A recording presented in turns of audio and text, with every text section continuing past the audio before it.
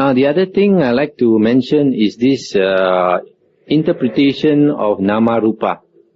Nama rupa has very often been translated as mind and matter, or mind and body. Now, to me, that seems to be a wrong translation, because there are several suttas that indicate so. Now, in the Samyutta Nikaya, Majjhima and Digha Nikaya, they define what is nama rupa. Nama is defined as contact, feeling, perception, thinking and volition. Contact, feeling, perception, thinking, volition. So if you talk about the 5 khandhas, the 5 aggregates, the 5 aggregates are body, feeling, perception, volition and consciousness. Okay? So normally those last 4 things, feeling, perception, volition and consciousness is said to be mind, the mental partner. Okay? Now when you look at nama, it does not have consciousness, Okay, it does not have consciousness. So if nama does not have consciousness, how can it be mind? Okay? Now rupa is defined as the 4 great elements, earth, water, fire, wind, and the materiality derived from them. Actually these 4 great elements, when it's stated earth, water, fire, wind, the Buddha does not mean actually earth, water, fire, wind, What the Buddha means is earth stands for hardness, Hardness is a kind of perception, You feel something hard, you consider that as the earth element. For example, this plastic, because it's hard now, is considered the earth element. This is not the earth, this is plastic, right? So, Patavi means the earth element. Earth, water. Water means the cohesion, the property of cohesion, Because water tends to bring things together. For example, our body, because it contains water, we have a certain form, But if you take away all that water, this body will crumble, It cannot stand up, It cannot come together, Water has got the property of cohesion. Earth, water, fire. Fire is heat, Heat or cold. Cold is absence of heat. Earth, water, fire, wind. Wind is motion.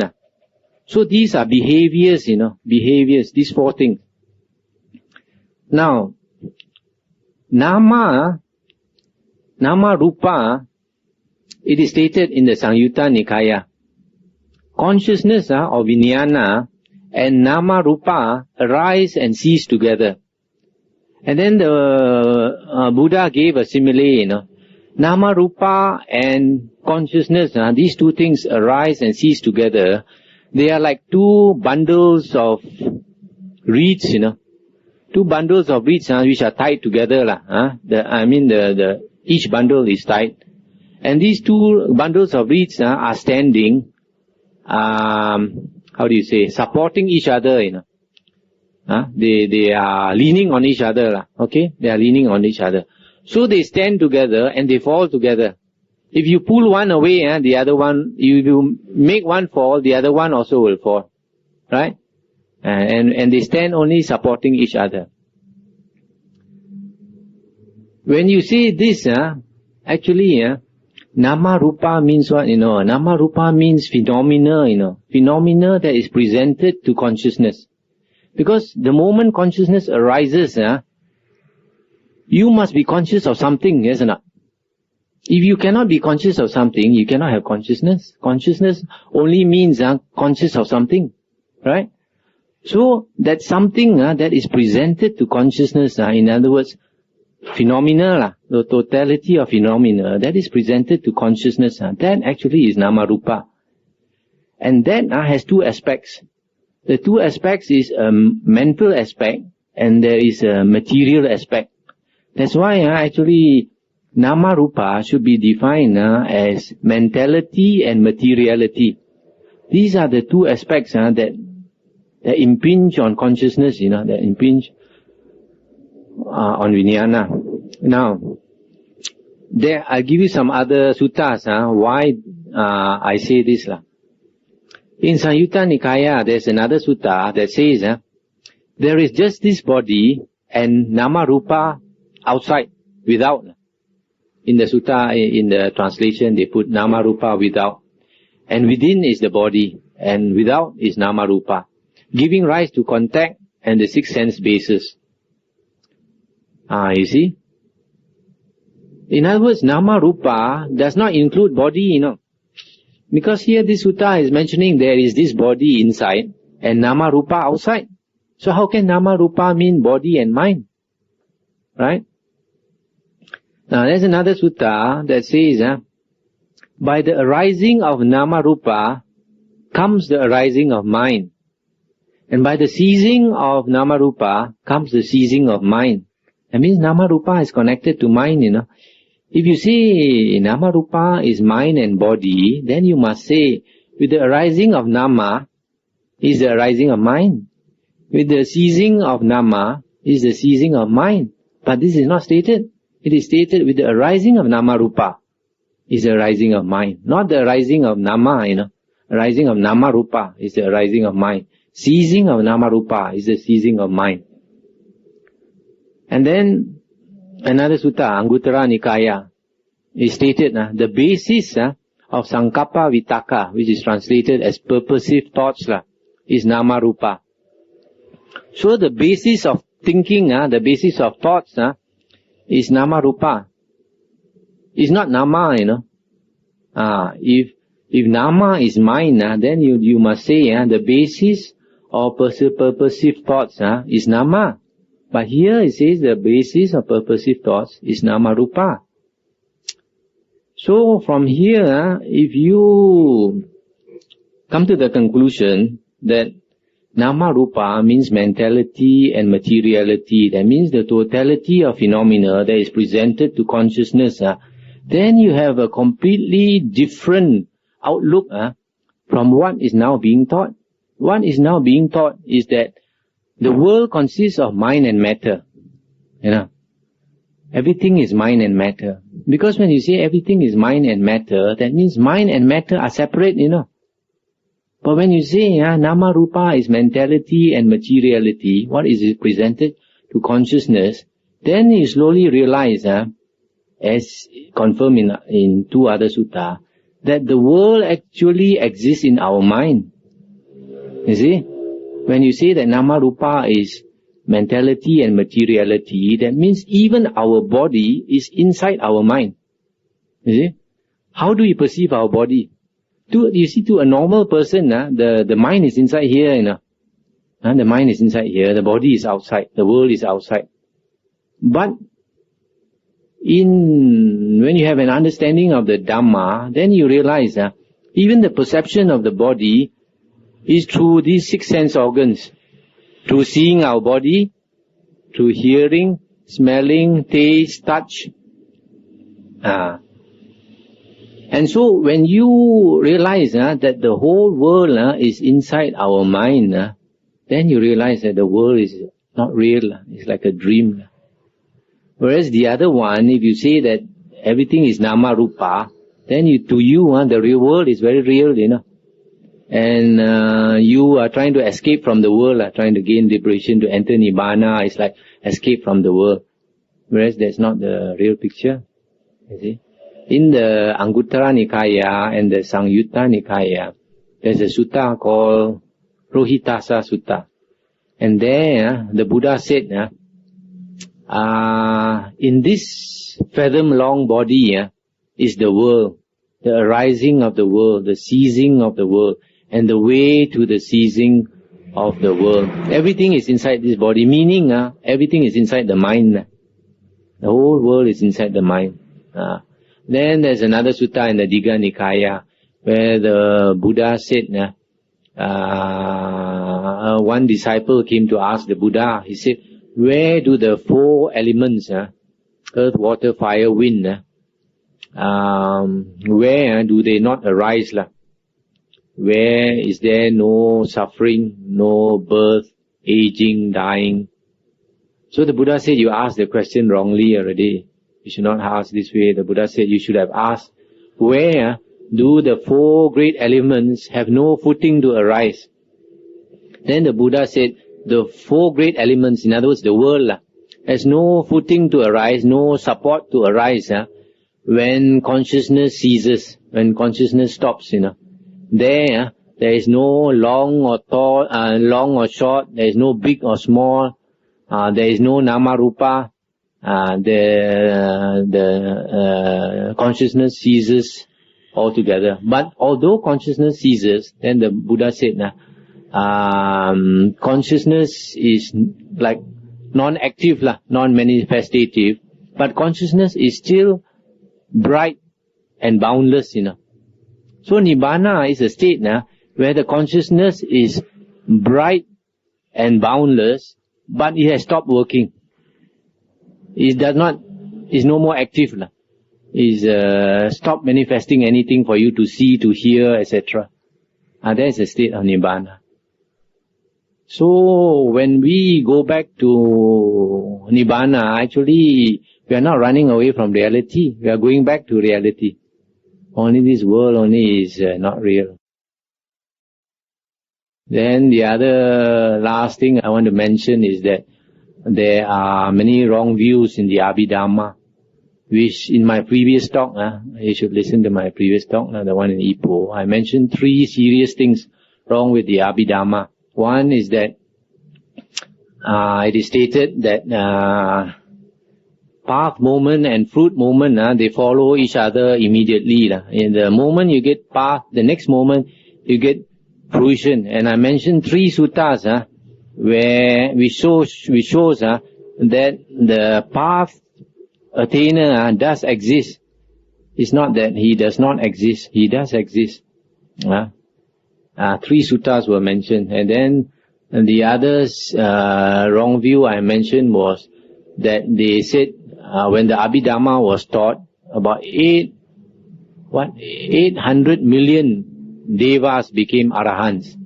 Something like that. 800 million devas became arahants. Whereas there is a sutta that says all arahants attain their end here. That means as a human being. In other words, only human beings can become arahants. You cannot find any deva that can become an arahant. The most, the deva is like the Sudavasa abode devas, the anagamis. They will enter parinibbana in the heavens, in the Sudavasa abodes. But they don't become arahant. They just enter parinibbana. So somebody, they don't understand, they ask me, why? When the person enters the parinibbana, that means he's been arahant. I say, no. It's like this.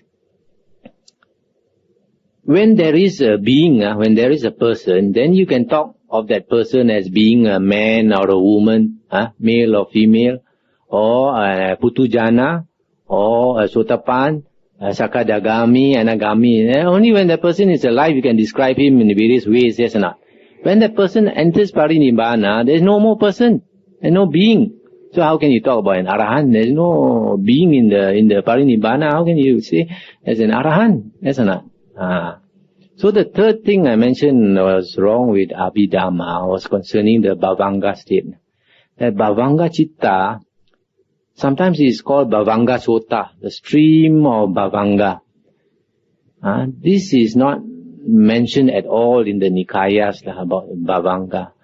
And not too surprisingly, if you study Mahayana books, you find that there is a similar teaching about the 7th and 8th consciousness. And the concept in the Mahayana teachings about the 7th and 8th consciousness is very similar to the Bhavanga Chitta. They are trying to explain a subconsciousness below our normal 6th consciousness, and also an unending stream. So this thing was something that developed later. And I explain why this Bhavanga teaching has no basis, because they are trying to say that the Bhavanga Chitta takes for its object. In other words, it's the cause of its existence is the last thought of the last thought of the previous life. And I said according to Paticca Samuppada, something ceasing cannot give rise to something arising. Something in Paticca Samuppada, the law of dependent arising, when something ceases, something else must cease, or several other things cease. When something arises, something else arises. So now they are saying that the last thought of the previous life ceases, then you say the Bhavanga consciousness arises. This is contrary to the Paticca Samuppada. The other thing is, they used to think that when a person sleeps, he does not dream. What happens when a person sleeps is that this Bhavanga consciousness continues to run. It's just a passive state. And this now is totally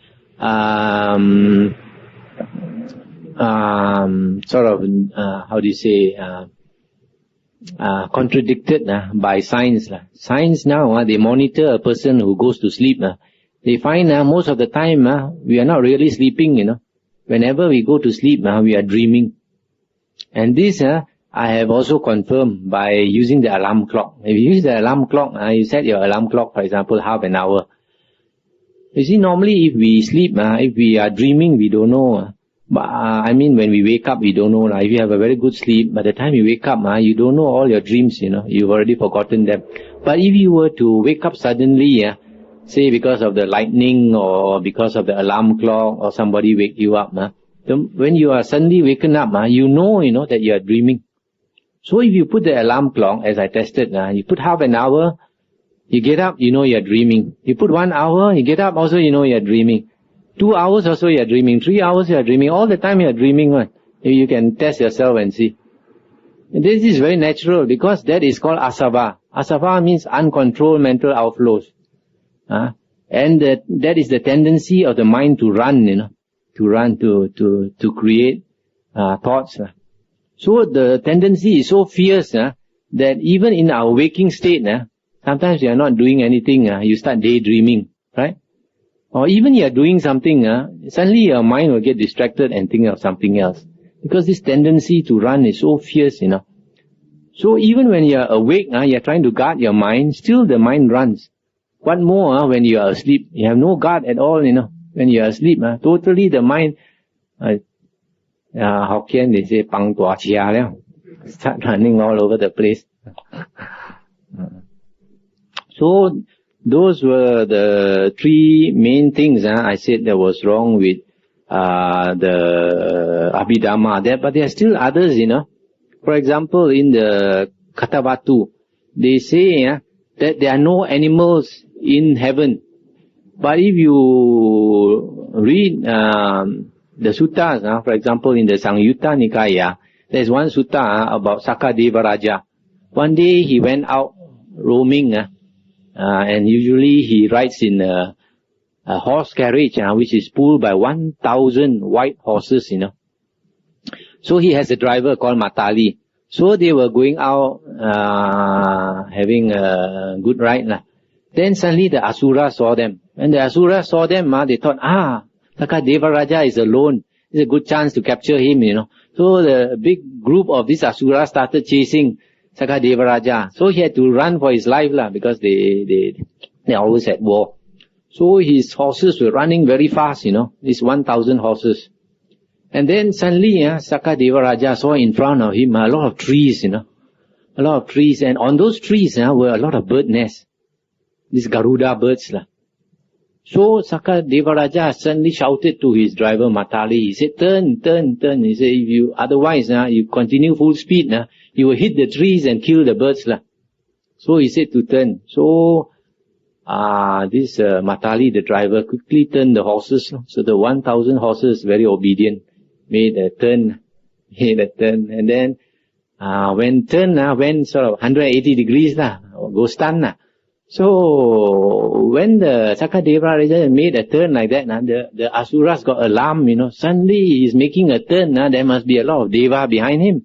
So they panicked, they also turned and ran away. So, from this sutta, you find there are horses, there are birds, and then there are other suttas that talk about naga. Nagas are snakes, And in the Vinaya, there's a true story about a Naga. Naga is a heavenly being, but basically he's an animal nature. So this Naga, he wanted to cultivate because he was ashamed of his snake body. And he wanted back a human body or to go to a higher birth. So he used his psychic power and he turned into a human being. And then he came to ask for ordination. And then he became a bhikkhu, a monk, and he stayed with the Buddha's disciples. Now, there are two times when Naga cannot conceal his body. One is that when he's engaging in sexual intercourse. The other one is when he's fast asleep. So, he was staying in this kuti with another monk. And he was very tired. He wanted to sleep, but he dare not sleep because he was afraid he will turn into a snake body and they will know. So he waited for the monk to get out of the kuti. So the monk was sleeping, he dare not sleep. Waited until quite late. Then the monk got up, went outside to do walking meditation. So when he saw the monk go out to do walking meditation, he was very tired, he fell asleep. When he fell asleep, his body became a snake, huge snake. So maybe after 1 hour or so, the monk came back into the kuti, He opened the door, he saw such a huge snake inside. He shouted out in terror. So when he shouted out in terror, all the other monks came running. And then this Naga turned back into a human being. So later, the Buddha was informed. Then the Buddha called the two of them. Then the Buddha asked this Naga to tell all the other monks who he was. So this Naga had to explain. He said, I'm a Naga. I used a human body because I wanted to ordain and cultivate the spiritual path. Then the Buddha said, no use. Buddha said, no use. Your nature is such that you cannot get any attainment. So the Buddha asked him to go back to the heaven and asked him to keep the 8 precepts. So he cried, he cried. The Buddha considered him an animal. Even though he was a heavenly being, but his nature is animal. Because his temper is very fierce. So the Buddha drove him off. So from there, it is stated in the Vinaya, an animal cannot be ordained. So whenever a person goes for ordination, he has to swear or declare, I'm not an animal. So you see, from this sutta, you find that there are heavenly beings who are animal by nature. The Kathavatu says there is no animal in heaven. And there are a few other things. For example, they say that in a dream, if you commit murder in a dream, you create karma. But that one is not very logical, because in the Vinaya, a monk, say like he break, say the precept against sexual misconduct. If you dream, you do some sexual misconduct. The Buddha said that is not counted, because when we dream, we are not in control of ourselves. So it's not very logical. How can you in your dream, even you commit murder? It's only a dream, not really in possession of yourself. Then there are other things. For example, they say in the Abhidharma, they say the moment you die here, the next moment you are reborn in another birth, But it doesn't seem to be so simple, because in the Digha Nikaya, the Buddha said, for a being to take birth in the womb, there are a few conditions. One of the conditions is that there must be a Gandhabba, a sort of being who's ready to enter the womb. And then in the Digha Nikaya, the Buddha also talked about a few types of birth, There's a type of birth where a being enters the womb unknowing and then stays there unknowing. Then there's another type of being that enters the womb unknowing and stays inside the womb knowing. Then there's another type of being that enters the womb knowing, He knows, that he's entering the womb, like our bodhisattva, our Buddha. His mind is so strong that when he's entering the womb, he knows. What do you mean by know? Know means the thought must be going, isn't it? The chitta must be working, isn't it? So the Buddha said, there is a type of being, when he enters the womb, he knows. And he stays in the womb unknowing. And there's a fourth type that enters the womb knowingly, and stays in the womb knowingly. So, these are the few contradictions you find in the Abhidharma and the nikayas. I think I've talked enough, so maybe you all have questions you can ask. The question is, if the bodhisattva path is not mentioned in the 4 nikayas, how does one cultivate oneself to become a Sammasambuddha? As I mentioned in my earlier talk, I said the Arya path and the Buddha path is not separate one. In our Majjhima Nikaya, there is a case of Sammasambuddha, namely our Sammasambuddha, our Gautama Buddha. In his previous life, he met the Dhamma, and he met the Buddha Kassapa also. And from understanding the Dhamma, it appeared that he either became a Sotapanna or a Sakadagamin. Then he went to Tusita heaven. And after going to Tusita heaven, he came down and became a Buddha. So from there, I drew the conclusion that practically, most, if not all the Buddhas are previous life Sotapanna or Sakadagami. This is logical because a person who becomes a Sotapanna or a Sakadagamin, his existences are limited to not more than 7 on earth as a human being. So when, for example, like our Buddha Gautama, when he was reborn in the Tusita heaven, he was there for a very long time, millions of years. And after he came down to earth, the Buddha that he learned from had already passed on, right? And the Dhamma also had already disappeared. So when this Sotapanna or Sakadagami is ready to be enlightened, is ready to get out of samsara, when he comes back to earth as a human being, there is no more Dhamma, generally. It's very rare that he comes back to earth and then he meet a Buddha or the teachings again. It may happen, but more rare. So, more generally, what would happen is he comes back, there's no Dhamma, no Buddha. But he's like a ripe fruit, that must fall. So, there is something inside him that tells him he must work to get out of samsara. So, like our Buddha, because he was already planted the seed of enlightenment in him already in the previous life, he just had to get out of samsara. So, he was willing to struggle so hard to become enlightened. So you find, you see, a Sammasambuddha was a previous life Arya. So the people who don't understand, they think, oh, no point you become an Arya, you never become a Sammasambuddha, or you never become a Buddha. Actually, it's the Arya that becomes the Buddha. In the sutta, it would appear that generally, they just listen to the Dhamma, and they have entered the stream. And the Buddha explains why. Namely that, as I mentioned earlier, when you listen to the Dhamma and you put all your effort and attention there, the 5 hindrances are suppressed. And the 7 bojjhanga go to completion.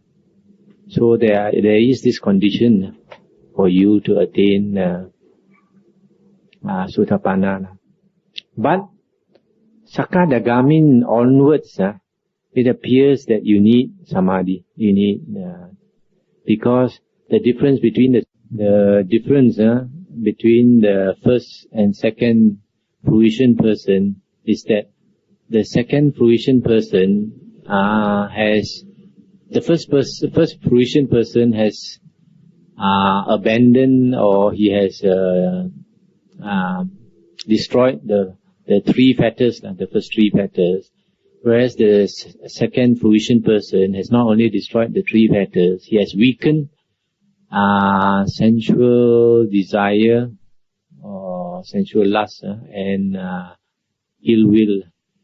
Now, to weaken sensual lust and ill will, you actually need samadhi. You see, like this anger, many people, many of us, we have anger and sensual desire. And some people say you have to be mindful. You be mindful, then your temper won't arise. But this being mindful, you cannot control one, When somebody says something nasty to you, the first thing that will happen is that your feeling will arise first. Feeling in the nikayas, feeling arises first. Then after that, perception.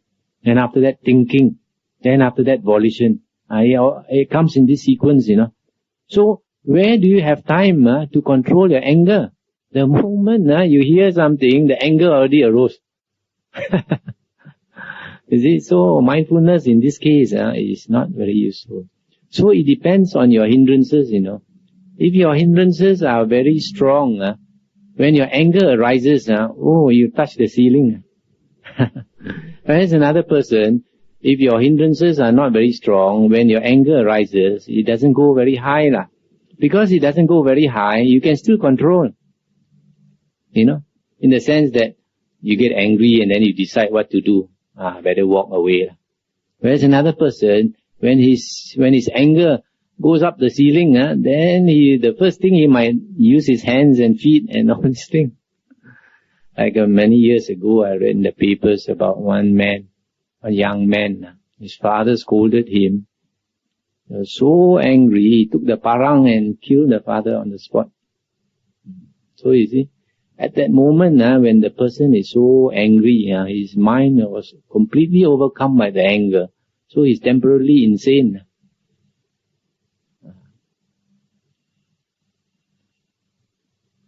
If you cultivate concentration, one of the things you will know, one of the indications of progress, you will know for yourself is that your temper goes down. You will notice, formerly my anger, my temper is so big. Now my temper has reduced, It's one of the natural results of concentration.